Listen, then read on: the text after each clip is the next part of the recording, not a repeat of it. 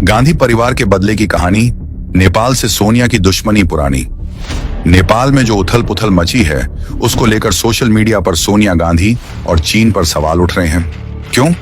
आइए समझते हैं। सदियों तक नेपाल में राजशाही थी, फिर 1990 में लोकतंत्र की मांग उठी।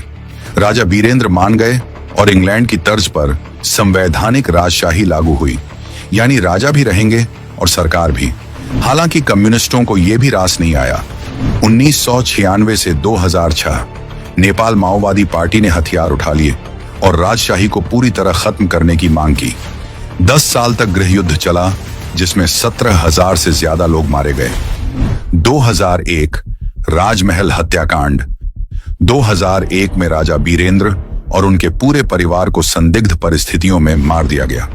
सच आज तक सामने नहीं आया, लेकिन इसके बाद उनके भाई ज्ञानेंद्र ने गद्दी संभाली और आक्रोश में पूर्ण राजशाही लागू कर दी, जो कम्युनिस्टों को बर्दाश्त नहीं हुई।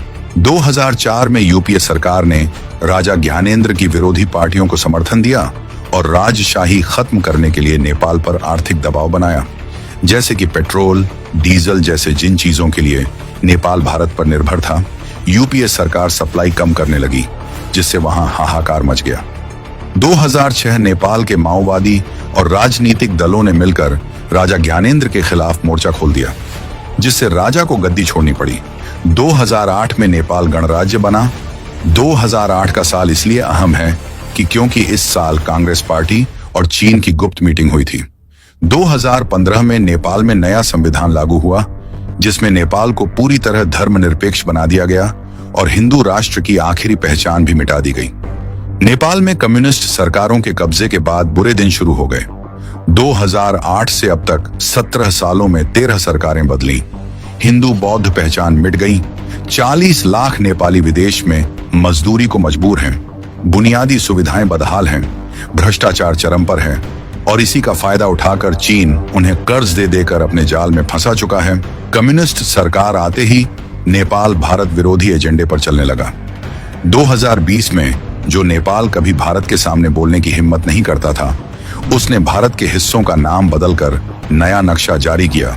ठीक वही चाल जो चीन चलता है। सवाल उठता है, जब सबको पता था कि नेपाल में कम्युनिस्ट सरकार बनते ही वह चीन के इशारों पर नाचेगा, तो यूपीए सरकार ने राजशाही गिराने के लिए आर्थिक दबाव क्यों बनाया? कहीं अपना बदला लेने के लिए तो नहीं।